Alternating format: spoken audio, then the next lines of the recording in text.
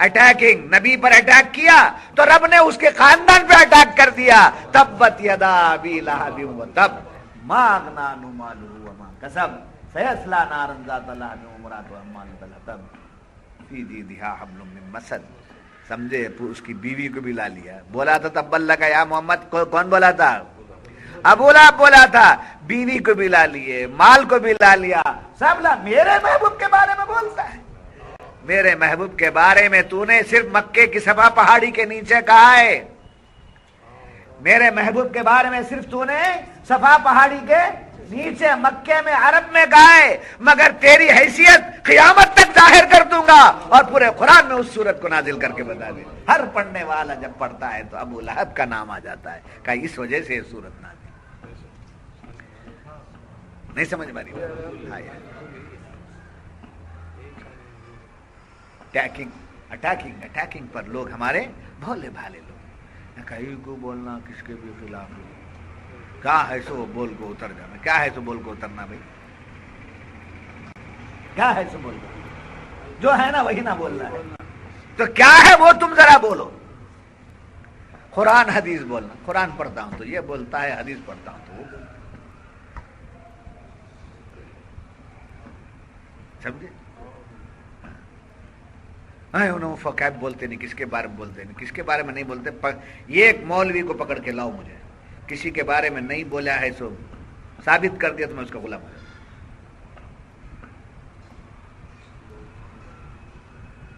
Record کر کے لاؤ. ایک مولانا کو لاؤ, بڑی سی بڑی مسجد کا ہو, چھوٹی سی چھوٹی جگہ کا ہو, کوئی بھی ہو, اس کی تقریر میں, اس کی تحریر میں اٹیکنگ نہیں ہے تو لاؤ. فرق اتنا ہے کہ ایک عمر کی تلوار ہے, ایک عمر کی تلوار ہے زور سے بولتی ہے, اور ایک جو ہے سمجھے, ایک جو ہے بکاؤ مال ہے جو دب کے بولتا ہے. سمجھے؟ حق جو ہے دبتا نہیں چڑھتا ہے.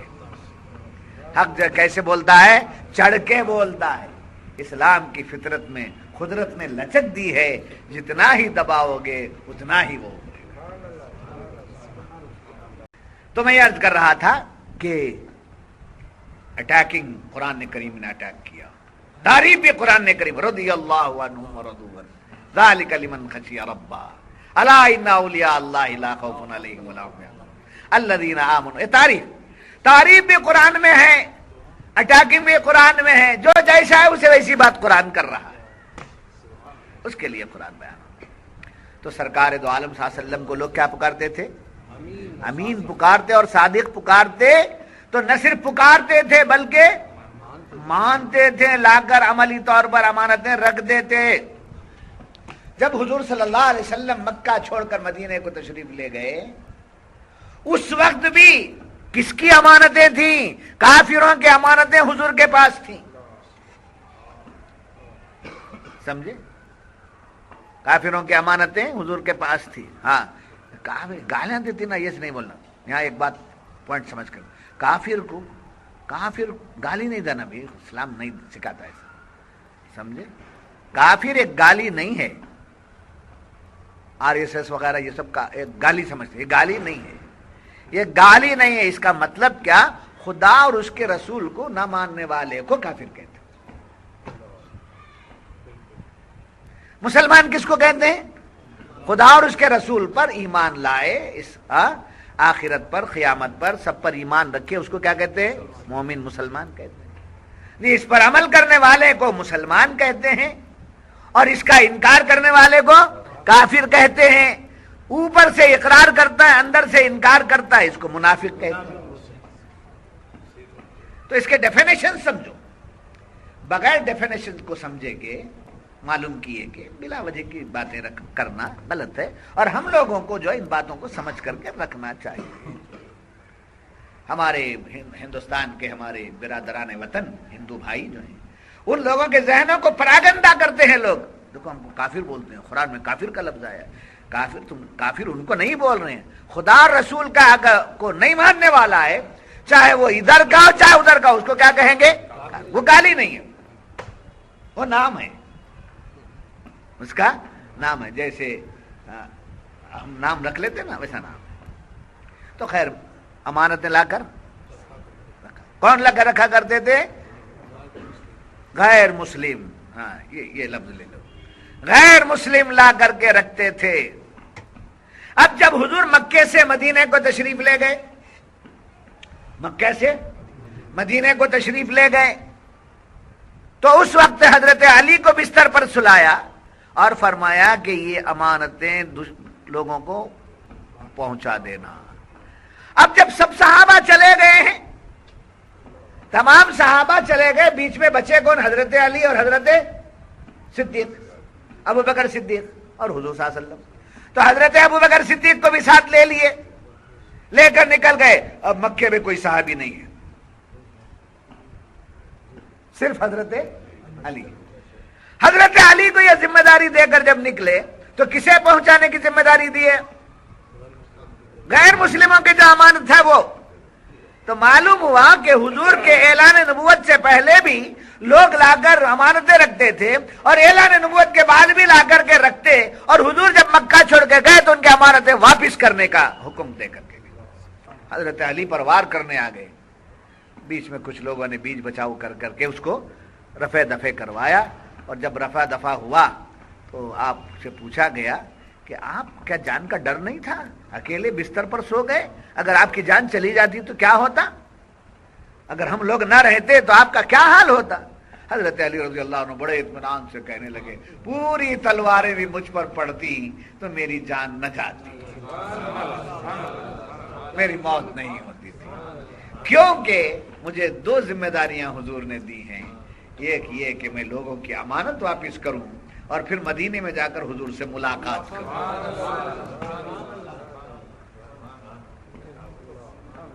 جی یہ دونوں باتیں میرے آقا نے فرمائی. کتنا اطمینان, کتنا ایمان کی پختگی دیکھیے. پوری تلواریں بھی مجھ پر پڑتی تو میری موت نہیں ہوتی تھی. اگر میرا مرنا ہوتا تو حضور بستر نہ دیتے اور امانت میرے حوالے نہ کرتے, اور مدینے میں آ کر ملنے کا حکم نہ کرتے.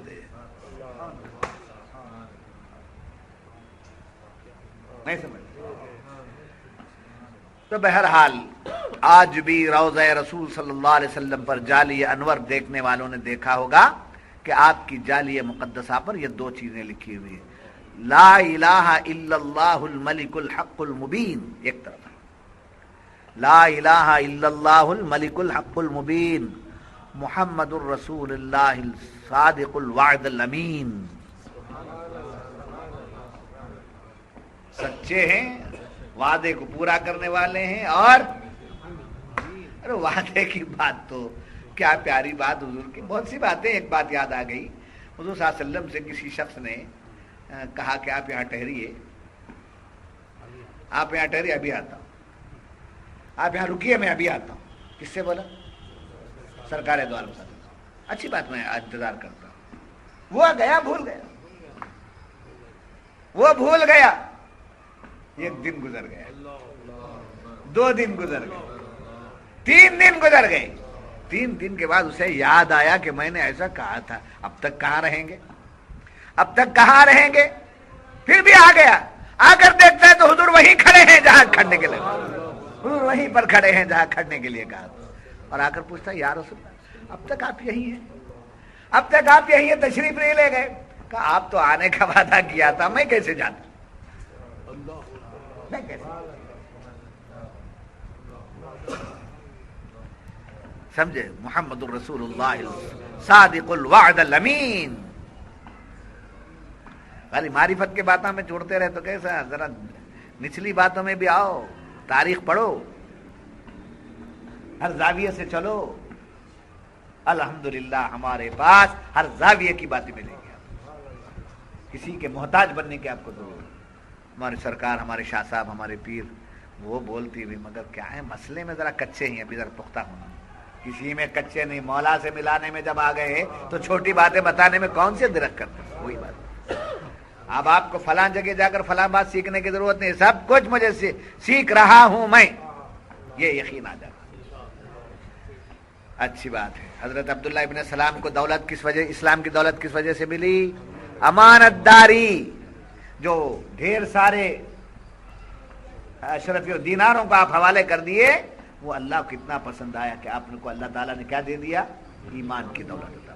ہائے، اب دیکھیے یہ امانت داری، یہ یہودیوں کا قصہ سمجھ میں آ گیا نا کہ ان کے اندر کیا نہیں تھی؟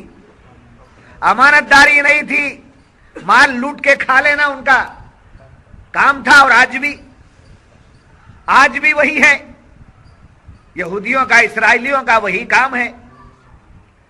تو امانت داری نہ کرنے کی وجہ سے ان کا بیان آیا، تو اس بیان میں یہ باتیں تو میں نے آپ کے سامنے رکھی۔ ایک اور بات آپ کے سامنے رکھ رہا ہوں میں کہ دیکھیے جس کے اندر امانت داری ہے، اچھائی ہے، نیکی ہے، اس کی بلائیں دور ہو جاتی ہیں۔ کیا دور ہو جاتی ہیں؟ اس کی بلائیں۔ بلاؤں کو دور کرنا ہے تو امین بنو، صادق بنو۔ ہماری بلا جاریہ نہیں بولے تو ذرا جھانک کے دیکھو اندر، محاسبہ کر کے دیکھو کیا کمزوری، سمجھے؟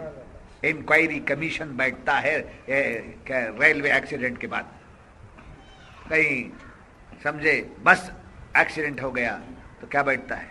انکوائری کمیشن بیٹھتا ہے۔ اتنے جانے گئی ہیں، اتنی جانے گئی، اس پر انکوائری کمیشن بتاؤ۔ رب نے فرمایا ارے دنیا والے، حکومت والے وہ انکوائری کراتے ہیں، تمہاری جو کمزوری ہے اس کی انکوائری کرو اندر سے بیٹھ کر کے، کیا میرے اندر کمی ہے، کیا میرے اندر کمی ہے، تلاش کرو، ڈھونڈو، اس کو محاسبہ کرو۔ اس کو کیا کہتے ہیں؟ محاسبہ کرو۔ اگر تم کریکٹ ہو تو ہمارا معاملہ بھی کریکٹ ہے، بندوں سے مولا تعالیٰ کا یہ مطالبہ ہے تم کریکٹ رہو، کریکٹ، ہم بھی تمہارے ساتھ کریں، ہم تمہارے ساتھ بھلائی کرتے رہے اور تم اپنی مرضی میں کرتے رہو تو تمہیں معلوم ہونا نہیں میں کیا کر رہا ہوں، تو دکھانے کے لیے ذرا دھچکا لگتا ہے، ذرا ایکسیڈنٹ ہوتا ہے۔ تو آفات و بلیات کو اگر دور کرنا ہے تو تین چیزیں لانا ہوگا، ایک امانت داری، وعدہ وفائی، سمجھے، سچائی، ماں باپ کی خدمت، یہ لانا ہوگا۔ چنانچہ حضور صلی اللہ علیہ وسلم نے انہی تین اسرائیلیوں کا ذکر کیا کہ جو تینوں مل کے جا رہے تھے، تینوں مل کر کے سفر میں نکلے تھے، راستے میں بارش کے چھینٹے گرے، بارش گری تو وہاں ایک غار نظر آیا، اس غار میں جا کر پناہ لے لی، بارش زور ہو گئی، زور ہونا تھا، پہاڑ پر سے اس غار کے پاس سے ایک پتھر لڑکتا ہوا آیا اور اس جگہ کھڑا ہو گیا جہاں ان کے گزرنے کی جگہ۔ اب یہ اندر پھنس گئے، پورا اندھیرا، نہ ہٹا سکتے نہ آواز دے سکتے نہ کچھ، اب کیا کرنا ہے سوائے مر جانے کے سوا اور کچھ تو نہیں ہے، کوئی راستہ نہیں ہے۔ اب تینوں نے مشورہ کیا کہ بھائی دیکھو اب بڑی مصیبت میں، نہ باہر کوئی ہماری آواز سننے والا ہے، نہ باہر سے کوئی ہماری مدد کرنے والا ہے، نہ یہ پتھر ہٹانے کے ہم میں طاقت ہے، کچھ نہیں، ہم موت کا نوالا بن گئے ہیں۔ ایک کام کرو، اپنی زندگی میں جو جو اچھائی کرے ہیں اسے یاد کرو۔ یہ صرف مسلمان کے بارے میں نہیں ہے، یہ اسرائیلی لوگ، یہودی لوگ، اس زمانے کے پیغمبر کو ماننے والے لوگ، اور دعائیں کر لیں گے، وہ حوالے دے دو، یاد کرو۔ تو اپنی لائف میں جو کچھ کے کیا تھا اسے یاد کیا۔ اس میں سے ایک شخص کو ایک بات یاد آ گئی، اس نے کہا پروردگار میری بوڑھی ماں زندہ تھی اور میری بوڑھی ماں کی میں بہت خدمت کرتا تھا، میں بکریوں کا ریوڑ چلاتا تھا اور میں بکریوں کو کا دودھ دوہ کر کے بیچتا تھا۔ ایک مرتبہ ایسا ہوا، اب میں ماں کی خدمت کر کے پہلے ماں کو دعا کی دعائیں لے کر اس کو کھلا پلا کر کے بعد میں اپنے گھر والوں کی طرف دیکھتا تھا۔ اتفاقاً میں نکلتا ہوا بکریوں کو لے کر دور چلا گیا، واپس آنے تک کیا ہوگی؟ دیر ہو گئی، واپس آنے تک دیر ہو گئی۔ میں اندر آ کے دیکھا تو میری ماں لیٹ گئی، میں نے بکری کا دودھ دوہا، میرے بیوی بچوں کو نہیں دیا، لوٹے میں لے کر میری ماں کے سرانے کھڑا ہو گیا۔ اٹھانا میں بے ادبی سمجھا، نیند کا غلبہ ہے شاید، میں بے ادبی سمجھا، لہذا میں کھڑا ہو گیا. میری ماں کو جب آنکھ لگے گی تب دودھ پلاؤں گا، جب آنکھ کھلے گی تب دودھ پلاؤں گا، اور اس کے بعد میں بیوی بچوں کی طرف دیکھوں، اس کے بعد میرا دیکھوں. اتنا وقت گزر گیا کہ صبح کا وقت طلوع ہو گیا. ساری رات میں کھڑا رہا میری ماں کو راضی کرنے کے لیے، میری ماں کو خوش کرنے کے لیے. میری ماں کی دعا مجھے ملی، بیٹا رات بھر جاگتا رہا. ماں آپ کے کھائے پیے بغیر میں کیسا سو سکتا تھا، میں آپ کی نیند میں خلل کیسے ڈال سکتا تھا، لہذا میں کھڑے ہو کر آپ کے اٹھنے کا. ماں نے دودھ پیا اور بچے کے حق میں دعائیں دے دی. تب اس کو بیان کرتے ہوئے اس نے کہا، اے مولا، اگر اس وقت کا میرا عمل، میری ماں کی خدمت کا میرا عمل اگر تیری بارگاہ میں قبول ہے تو اس کے صدقے میں اس مصیبت کو دور کر دے. تب کیا ہوا؟ پتھر خود بخود تھوڑا ہٹا، اتنا ہٹا کہ نہ نکل سکتے ہیں نہ ڈھکیل سکتے ہیں. اجالا آیا تھوڑا سا. پھر دوسرے نے کہا، مجھے ایک بات یاد آتی ہے کہ اللہ نے مجھے دولت دی تھی، میں بڑی دولت میں مست تھا، دوسروں کی مدد کرنا یہ میری چاہت تھی. مگر میرے نفس کی ایک شرارت یہ تھی کہ میری چچا کی بیٹی بڑی خوبصورت تھی، میری چچا کی بیٹی بڑی خوبصورت تھی. اس پر میرا دل آ گیا تھا اور میں اسے بلاتا، کبھی اشارے سے باتیں کرتا. اس پر میرا دل آ گیا تھا، میں نے اسے اپنی طرف متوجہ کیا، مگر اس نے انکار کر دیا. کبھی بھی مجھ کو گناہ میں ڈالنے یا خود گناہ گار ہونے کے لیے وہ تیار نہیں. ایک وقت ایسا آیا کہ میرے چچا کے گھر میں مصیبتوں کا پہاڑ ٹوٹ گیا. مصیبتوں کا پہاڑ ٹوٹ گیا، گھر کی حالت تہس نہس ہو گئی. مدد کی ضرورت ہے اسے. اب اس نے اپنے مجبوریات کو سامنے رکھ کر میرے پاس آئی اور مجھ سے کچھ مدد مانگی. کون؟ چچا کی بیٹی مدد مانگی. اب میں نے موقع کو غنیمت جانا، کہا میں تیری مدد کر دوں گا، مگر شرط یہ ہے میری مدد تو کر دے. جی میں تیری مدد کر دوں گا، تو میری مدد کر دے.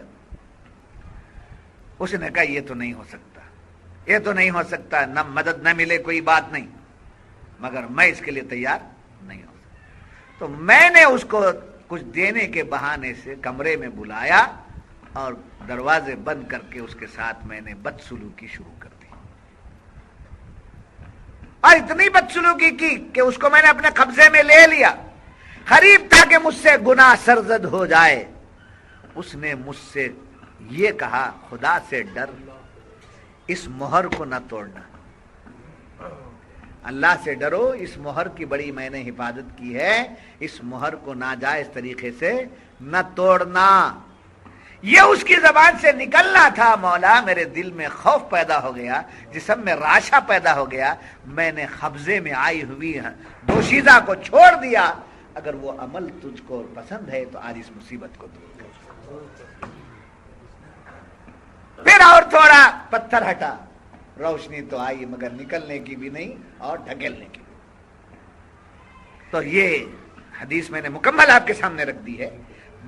بنیادی بات آج کی تفسیر میں یہی ہے کہ ایک شخص، اس نے کیا دعا مانگی؟ پروردگار میرے پاس بہت سے لوگ نوکری کرتے تھے اور میرا بہت بڑا کاروبار چلتا تھا. کئی مزدور میرے پاس مزدوری کیا کرتے تھے، سب کی مزدوری میں روزانہ ادا کر دیتا تھا. مگر ایک مزدور اس دن مزدوری کر کے چلا گیا، آیا نہیں. اس کا انتظار کرتا رہا، اس کی مزدوری کو اٹھا کر کے میں نے رکھ لیا.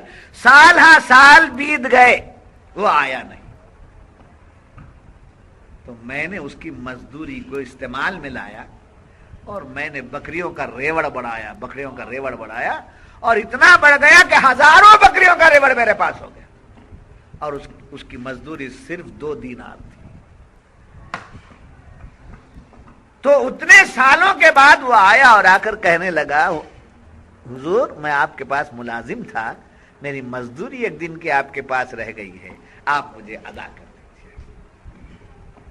تو اچھا، بہت دنوں کے بعد آئے، بہت سالوں کے بعد آئے، مزدوری چاہیے، یہ جتنا ریوڑ ہے لے جاؤ، یہ بکریوں کا جو ریوڑ ہے یہ پورا لے جاؤ۔ اس نے کہا مجھ غریب سے مذاق مت کیجیے گا، مجھ سے میری ہجو مت کیجیے گا، میں آپ سے مزدوری مانگنے کے لیے آیا، میری مزدوری دے دیجیے۔ اٹھا کر میں چاہتا تو اس کی مزدوری دے دیتا، مگر میرے دل نے نہیں مانا۔ میں نے کہا یہ سب تیرا ہے، میں خدا کو گواہ بنا کے کہتا ہوں یہ سب تیرا ہے، لے جا۔ تیری مزدوری کو میں نے ایسے استعمال کیا تو وہ اتنی دولت میں آ گئی۔ تو مزدور اپنی ساری بکریوں کے ریوڑ کو لے لیا اور مجھے دعائیں دینے لگا، پروردگار اس کی امانت کو میں نے اضافہ کر کے جو کا تو جب میں نے واپس کیا ہے، اگر تجھے یہ عمل پسند ہے تو اس مصیبت کو دور کر۔ رب نے دعا قبول فرمایا، اور پتھر جو ہے ہٹ گیا، اور تینوں کے تینوں جو ہے غار سے باہر آ گئے۔ تو حضور صلی اللہ علیہ وسلم فرماتے ہیں کہ اخلاص کے ساتھ جو عمل کیا جائے گا، اللہ کو راضی کرنے کے لیے جو عمل کیا جائے گا، بڑی سی بڑی مصیبت آتی ہے تو وہ ٹل جاتی ہے۔ نہیں سمجھ میں آئے؟ بات سمجھ میں آ گئی؟ تو 3 اسرائیلیوں کا واقعہ حضور صلی اللہ علیہ وسلم، یہ حدیث ہے، حضور نے ان کا واقعہ بیان کیا، بار بار آپ نے سنا ہوگا، اوروں سے بھی سنا ہوگا، یہ حدیث ہے۔ اس کا مطلب یہ ہے کہ امانت داری بہت بڑی چیز ہے، امانت داری اسلام امانت داری ہی کو بتاتا ہے، اسلام سچائی کو بتاتا ہے، اسلام اپنے وعدے کو پورا کرنے کی تعلیم دیتا ہے۔ اور یاد رکھیے ہمارے معاملات، سمجھے، لین دین یہ ہمارا معاملہ ہے، رہن سہن یہ ہمارا معاملہ ہے، لوگوں سے ویوہار کرنا یہ ہمارا معاملہ ہے، اچھا ویوہار کرنا ہمارا معاملہ ہے۔ تو مفسرین فرماتے ہیں کہ جس کا معاملہ بگڑ کر رہتا ہے، لین دین میں اچھا نہیں ہے، بات چیت میں اچھا نہیں ہے، پڑوس میں اچھا نہیں ہے، خاندان میں اچھا نہیں ہے، جس کا کاروبار، جس کا لین دین، جس کے معاملات اچھے نہیں ہیں، تو اس کے عبادات قبول نہیں ہیں۔ نمازی بنایا جاتا ہے جنت دینے کے لیے ہی نہیں، نمازی بنایا جاتا ہے، نماز کا حکم دیا جاتا ہے تاکہ ہمارے معاملے درست ہو جائے، ہماری سوسائٹی میں ہمارے اوپر کوئی جو ہے انگشت نمائی نہ ہونے پائے۔ اسلام یہ چاہتا ہے۔ آپ اسلام کو دیکھنے والے اسلام کو دیکھتے ہیں، اور مسلمان اگر ویسا ہو جائے تو میں کہوں گا کہ پورا ہندوستان مسلمان، پورے بلکہ پوری دنیا مسلمان۔ ہم نے ہمارے برادران وطن تک، ہمارے ہندو بھائیوں تک ہم نے اسلام کو صحیح معنی میں پیش نہیں کیا۔ مسلمان وہ ہے، آج یہی مسلمان کا ڈیفینیشن ان لوگوں کے ذہن میں یہی ہے کہ مسلمان وہ ہے جو بم برساتا ہے، مسلمان وہ ہے جو گائے کاٹ کر کے ہمارے گھر کے پاس لا کے ڈالتا ہے، مسلمان وہ ہے جو باہر نکلتا ہے تو سمجھے تم تراخ کے ساتھ نکلتا ہے، جو مسلمان وہ ہے جو بیاس کو کھا لیتا ہے، مسلمان وہ ہے جو گورنمنٹ کو ڈبو دیتا ہے۔ یہ ڈیفینیشن ان کے پاس گیا ہے۔ ہمارے بعض کمزوریوں کی وجہ سے انہوں نے اسلام اور مسلمانوں کا ڈیفینیشن یہ کیا ہے، نہیں، اسلام بااخلاق انسان بناتا ہے۔ اب یہ بات سبحان اللہ کی بھی نہیں ہے، نعوذ باللہ کی بھی نہیں ہے، ایسے بیٹھ کے سن رہے ہیں آپ۔ رونا نہیں ہے کیا؟ یہ رونا نہیں ہے، رونا یہ رونا چاہیے۔ ہاں اب یہ تکلیف دینے کا جہاں تک معاملہ ہے مسلمانوں کو، مسلمان بہت اچھا رہنا چاہیے، مگر اتنے اچھے کے خلاف طاقتیں کھڑی رہتی ہیں، سمجھے؟ وہ طاقتیں کھڑی رہتی ہے، جن طاقتوں کی اصل جڑ جو ہے وہ کون سے ہیں؟ اسرائیلیوں سے ہی سیکھ کر نصارہ کرتے ہیں، نصارہ سے سیکھ کر مجوسی کرتے ہیں، مجوسیوں سے سیکھ کر عام کفار و مشرکین کرتے ہیں۔ ادھر سے ان کو ادھر سے پیغام نہیں جاتا، ادھر سے جو ہے نیگیٹو چیز آتی ہے، سمجھے؟ ادھر سے نیگیٹو چیز آتی ہے، پازیٹو چیز ادھر سے نہیں جاتی۔ اگر پازیٹو چیز چلی جائے گی تو نیگیٹو جو ہے خود بخود ختم ہو جائے گی۔ اور مسلمانوں کا مال کھا جانا مشرکین کو پاس کیا ہے؟ ثواب۔ کیا ہے؟ ان کے پاس کیا ہے؟ پنیا اگر کرنا ہے تو کسی بھی طریقے سے مسلمان کے مال کو دبا دو. اس کے لیے آپ کو بہت دور نہیں لے جاؤں گا، آپ کو میں اسی ملک میں، اسی شہر میں، اسی جگہ کی مثالیں دوں گا. جتنے مہاجن ہیں، مہاجن یعنی جو کیا کہتے ہیں، بیاج کو دینے لینے والے، سود کو دینے لینے والے جو لوگ ہیں، سمجھے، ان کے پاس تجربہ کرے ہوئے لوگوں سے پوچھ، وہ ایک لے گا، پھر اس کا ادا کرنے تک مال بھی ڈوب جائے گا، اور اوپر سے اور کیا ہو جائیں گے آپ؟ مزید قرض. گھر رکھ دیجیے، آپ چھڑا لیجیے، نہ دیکھیں گے. گھر کے ڈاکیومنٹ رکھ کر اگر آپ کہیں سیٹ کے پاس، اس کے پاس سے چھڑا لو، نہ دیکھیں گے. بیاج در بیاج، بیاج در بیاج، بیاج در بیاج. تو یہ ان کے پاس پنیا ہے، اور پہلے کاغذات دیکھتے ہیں کس کے ہیں، اور برادری کے نہیں. مسلم برادری ہے تو لاؤ. ایسے کتنے لوگوں نے اپنے گھر برباد کر لیے، کتنے لوگوں نے اپنے زیور برباد کر لیے، کتنے لوگوں نے. اسی لیے اسلام نے کہا تم ایسا کام مت کرو جس سے تمہیں نقصان ہو. نقصان والا کام کیوں کرتے ہو؟ اگر مسلمان میں امانت داری آ جائے تو کہیں جا کر گروی رکھنے کی ضرورت نہیں ہے. ضرورت پڑی آپ سے، میں نے کہا مجھے ایک 50,000 دیجیے، اتنے دنوں میں دے دوں گا. جب اتنے دنوں میں دے دوں گا آپ کو، تو آپ مجھے دے کر حضرت کو دیے تو آ جاتے ہیں پیسے. جی عبد الجبار کو دے دیا تو میرے پیسے کہیں نہیں جائیں گے، مجھے یقین ہو جائے. اس طریقے سے آپس میں لین دین ہو سکتا ہے.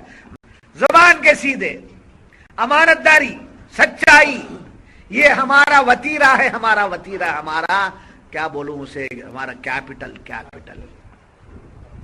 سرمایہ ہے. یہ سب سرمایہ رکھو، بزنس کرو، کیسا کرتے ہو کرو، اللہ اس کو آسان کر دے. بیاج کے پیسے لے کے ڈالے، کیا کیا برکت کچھ نہیں ہوتی ہے. دودھ ملا کر مفت ملایا تو پھر برکت کہاں سے آتی؟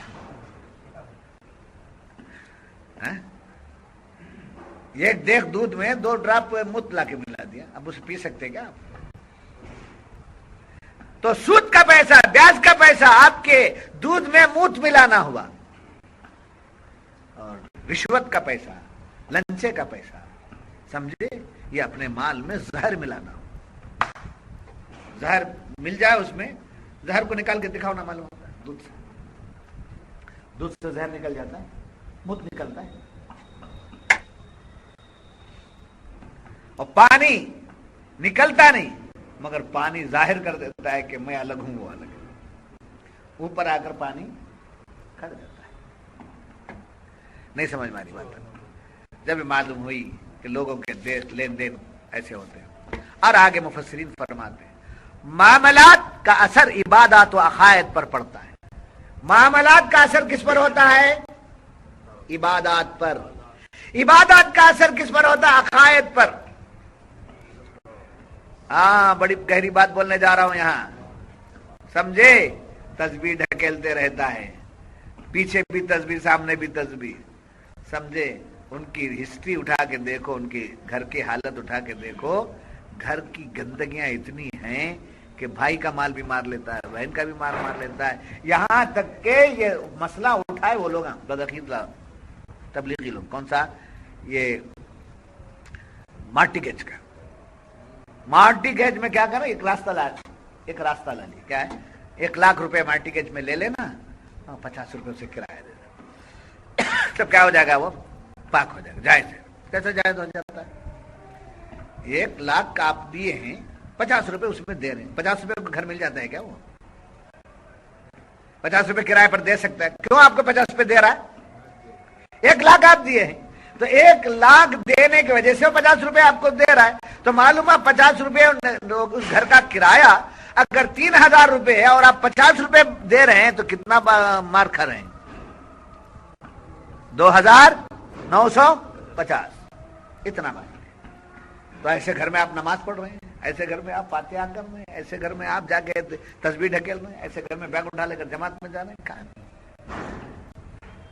کہاں عبادت؟ کیا کہتی ہے ہمارے، کیا سدھرنا؟ معاملات. کیا ہے؟ معاملات. ہم گھر میں کیسے رہنا، بچوں سے کیسے رہنا، ماں باپ سے کیسے رہنا، پڑوسیوں سے کیسے رہنا، قوم سے کیسے رہنا. جھوٹ، سمجھے، جھوٹا لاکھ نماز پڑھ لے، جھوٹا لاکھ داڑھی رکھ کر کے آگے بڑھ جائے، سمجھے. یہ معاملات اگر درست نہیں ہے، ایک لڑکا نوجوان سمجھے باہر جا کے آ گیا، دین سیکھ کر آ گیا، آ کر کہا امی یہ فاتحہ سب نہیں کرنا، یہ شرک ہے. آتے اس مشرک بنا دیا ماں باپ کو. جو بچہ مشرک بنا دے ماں باپ کو، اس اولاد کی عبادت کا کیا مقام ہے، کیا مرتبہ ہو سکتا ہے؟ رب کی بارگاہ میں اس کے منہ پہ مار دیا جائے گا. ہمارے معاملات درست ہونے چاہیے. معاملات کی درستگی کا اثر کس پر ہوتا ہے؟ عبادت. عبادت کا اثر عقائد. تو بگاڑ معاملات بگڑے تو عبادت میں سستی آ گئی. عبادت میں کبھی پڑھا کبھی چھوڑا، کبھی یہ کیا کبھی وہ کیا، سب ملا کے پڑھ لے سکتے، وہ کر سکتے، سب بہانے بنائے، سمجھے. معاملات بگڑے تو کیا بگڑ جاتی ہے؟ عبادت بگڑ جاتی ہے. جب عبادت بگڑ جاتی ہے تو عقائد بگڑ جاتے ہیں. عبادت میں نفل ایسا ہے، وہ سنت ایسا ہے، وہ کرے تو ایسا کر سکتے، وہ نہیں کرے تو چھوڑ سکتے. یہاں سے بگاڑ پیدا ہوتا عقائد بگڑ جاتے ہیں. تو اب میں زیادہ تفصیل میں نہیں جاؤں گا. آپ کو ایک مونوگرام دے دوں گا، آپ کے ہاتھ میں ایک میٹر دے دوں گا کہ جتنے بدعقیدہ لوگ ہیں ان کے معاملات پر میٹر رکھ کے دیکھیے کہ میٹر کیا بولتا ہے. میٹر دیکھ لیجئے ان کا میٹر کتنے نمبر پر آتا ہے. تو ان کا میٹر رکھ کے چیک اپ کریں گے آپ تو نیل معاملہ ہے. جب معاملہ نیل ہے تو عبادت میں کیا مزہ آئے گا. جب عبادت نہیں تو عقیدہ. بد عقیدہ سب لوگ جو ہیں ان کے معاملات ٹھیک نہیں ہیں. اگر معاملے ٹھیک ہوتے تو بد عقیدہ ہوتے ہی نہیں. بات سمجھ میں آ گئی؟ جب یہ بات معلوم ہوئی تو معاملات سیدھے ہونے چاہیے. وعدہ وفائی، سمجھے، اس سے بھی ایسا.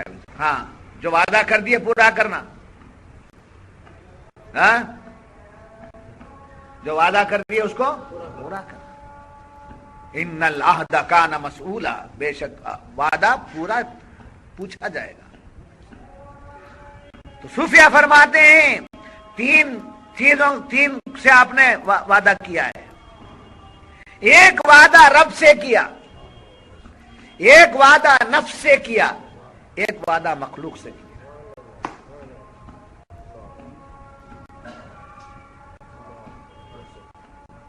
بات سمجھ میں؟ اگر میں آپ آئیں ذکر کے لیے، آپ آئیں تفسیر کے لیے، آپ آئیں بیان کے لیے، میں آپ کی جیب پر، آپ کی مٹھی پر نظر رکھوں تو پھر میرا معاملہ بگڑ کر ہے.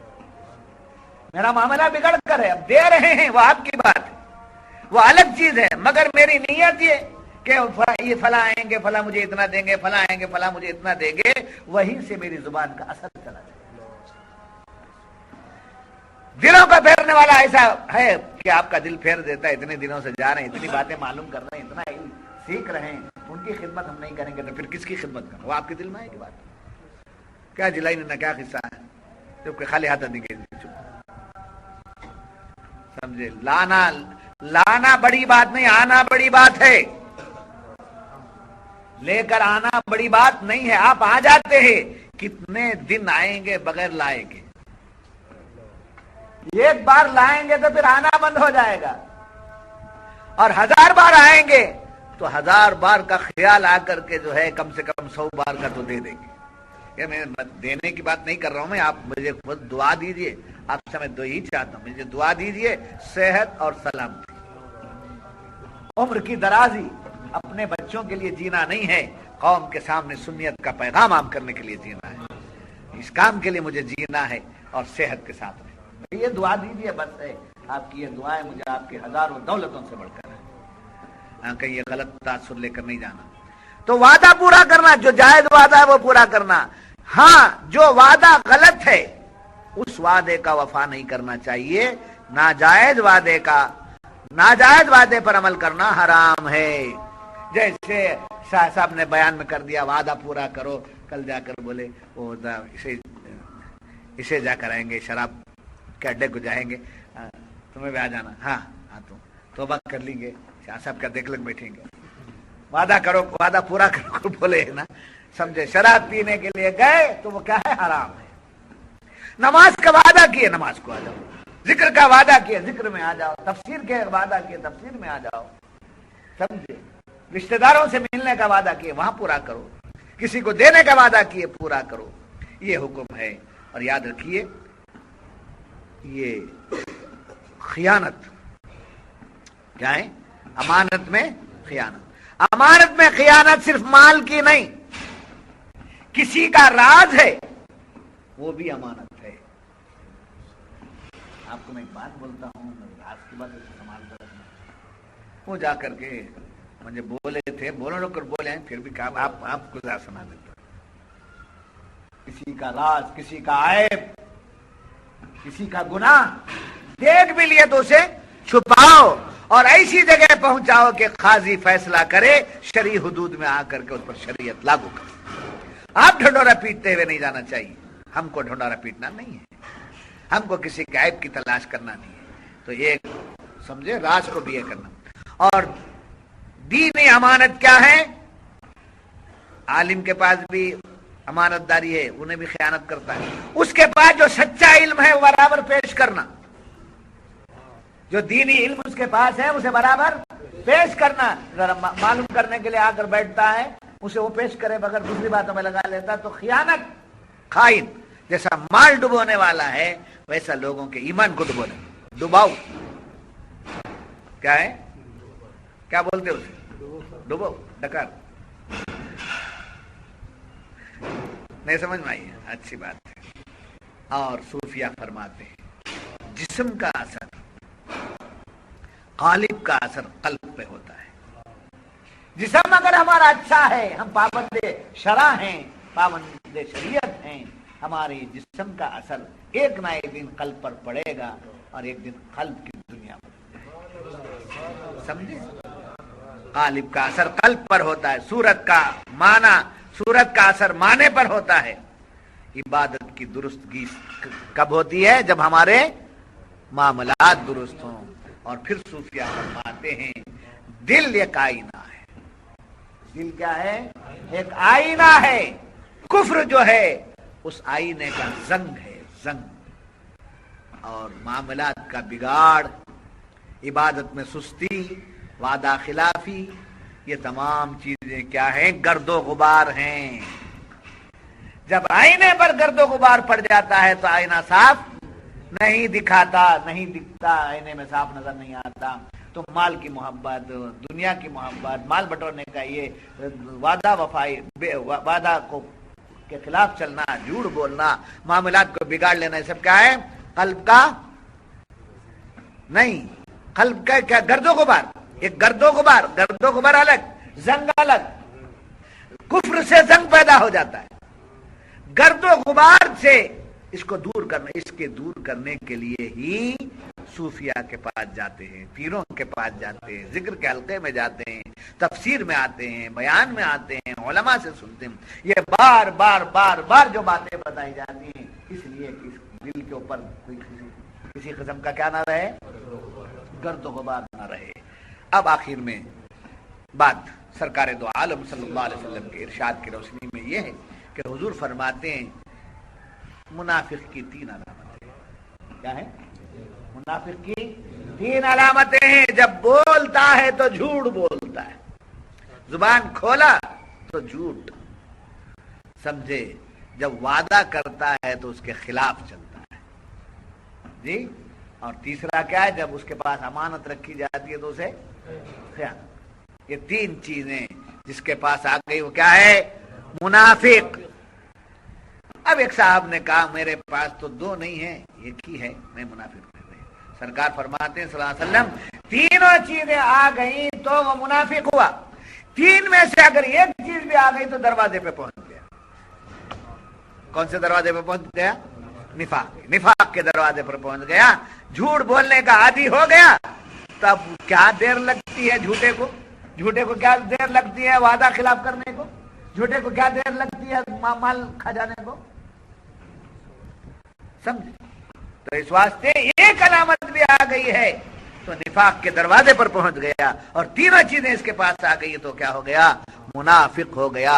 اور جب منافق ہو جاتا ہے تو پھر اس کے پاس سے اسلام نکل جاتا ہے، اسلام نکل جاتا ہے۔ تو آج کی صحبت میں یہودیوں کا جو واقعہ تھا، انہوں نے کیا کیا؟ امانتیں جو دی جاتی تھیں اسے کیا کر لیتے تھے؟ ضبط کر لیتے تھے، ضبط کر لیتے تھے، رکھ لیتے تھے، واپس نہیں دیتے تھے۔ ان